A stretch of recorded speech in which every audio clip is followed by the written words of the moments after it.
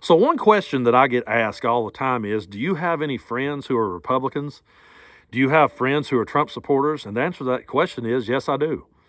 Now, I want to be very clear about this. I don't respect their beliefs, but I respect them enough to treat them with respect. If I'm around them, I'm respectful towards them, but I let it be known that I have no respect for that belief system whatsoever.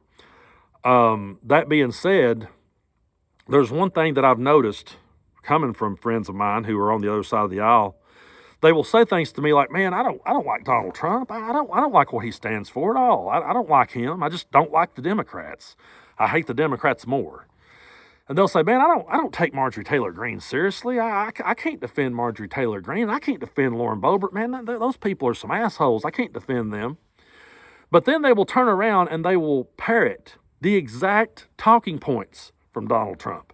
They'll parrot the same exact talking points from Lauren Boebert or Marjorie Taylor Greene. And I'm like, well, if you don't believe in Marjorie Taylor Greene, or if you recognize her for what she is, then why is it that you're still sitting here parroting every word that comes out of her mouth? You're still saying her talking points. It shows me that at the heart of this problem, people does see through the extremism. They realize it for what it is. It's just that it's so ingrained in their everyday life. It's so ingrained in their culture. It's so ingrained in the media that they choose to watch, and the churches they choose to attend, and the friends they choose to hang out with, and the radio stations and the talking heads that they choose to listen to. It's so ingrained in their very mind.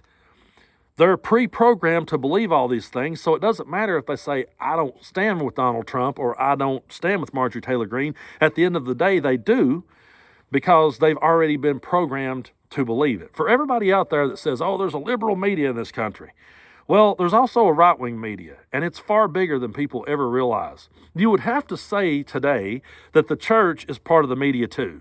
Because when you go to church and your preacher is preaching politics from the stage, and he's giving you his spin on it, and he's telling you who you should vote for, and he's telling you who you should be afraid of, and he's telling you whose lifestyle you should oppose, then it's becoming ingrained in you. When you're sitting there listening to these talking heads on the way to work every day, and they're ingraining this stuff in you, when you're talking to friends at work and friends at church, and they're ingraining all these talking points in you, then you can maybe look over here and realize that Donald Trump's a showman. You may even realize that he's a con artist. What you don't realize is that you're parroting his very words.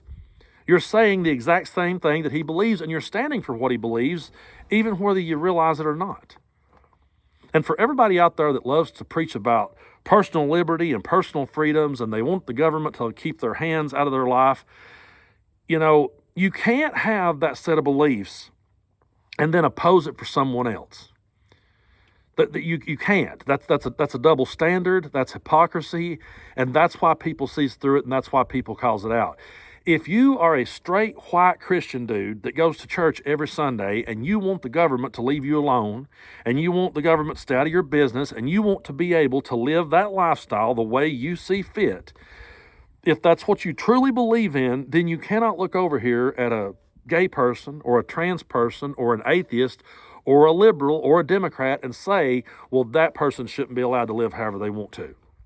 If you actually cared so much about freedom, and you actually cared so much about liberty, you would want it for everybody and not just a select few.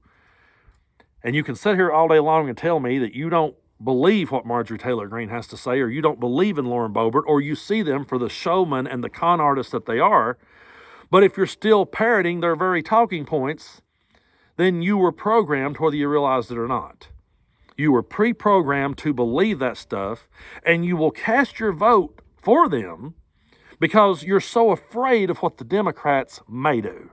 You're so afraid of what they might do that you're embracing this ideology and voting for people who's going to do it. They're going to follow through with everything you ever feared, everything you said would happen under Democratic rule. They're doing it, and you're okay with it because it doesn't affect you. It doesn't affect people that looks like you or believes like you or lives the lifestyle you live. And as long as the government stays out of your way, you're cool with it. You have no problem with the government getting involved in other people's lives, and that's where people like us have to call bullshit. That's where people like us have to continue to call that out. I have so many people say, well, if you believe the way you believe, why are you always having to call this out? Or if you don't believe in religion, if you don't believe in these things, why are you always talking about it? Why are you always calling it out? I'm doing so because that type of thinking is trying to work its way into our government. You've got a speaker now who has a long history of homophobia, who has a long history of using the Bible to condone his beliefs. Now, you can look over here and say, well, I don't really like that Mike Johnson guy. I don't know nothing about him. I ain't like that. But if you're parroting every talking point that he's making, it's because you have been programmed by your churches, by the talking heads you're listening to believe these things. And so if you really cared about freedom, if you really cared about liberty, and you really believe that everybody should be allowed to live in peace and harmony together, then you would have to accept the fact that we're not all the same, that we have different beliefs, we have different opinions, we have different lifestyles, and you would be willing to compromise and say, hey, you know what? I want the government to keep their hands out of my pie, and I want the government to keep their hands out of these people's pie over here too, because we all want to live in this country together. So I'm saying that you guys recognize the extremism.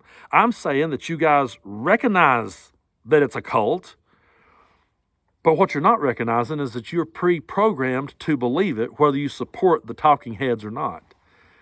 And that's something that I think more people really needs to dive in and examine and think about, because you're quoting these people word for word. Whether you listen to them or not, you're quoting exactly what it is they're saying, and that's the beliefs and that's the ideology that you're throwing your support behind. And at the same time, you're saying you're all about freedom, and I'm calling bullshit that those two things cannot be together. You can't support the Maga movement in this country and turn around and tell me at the same time that you believe in democracy and you believe in freedom, because they stand against that. They stand against that for anyone who disagrees with them. And you're repeating those talking points because you were pre-programmed to do so.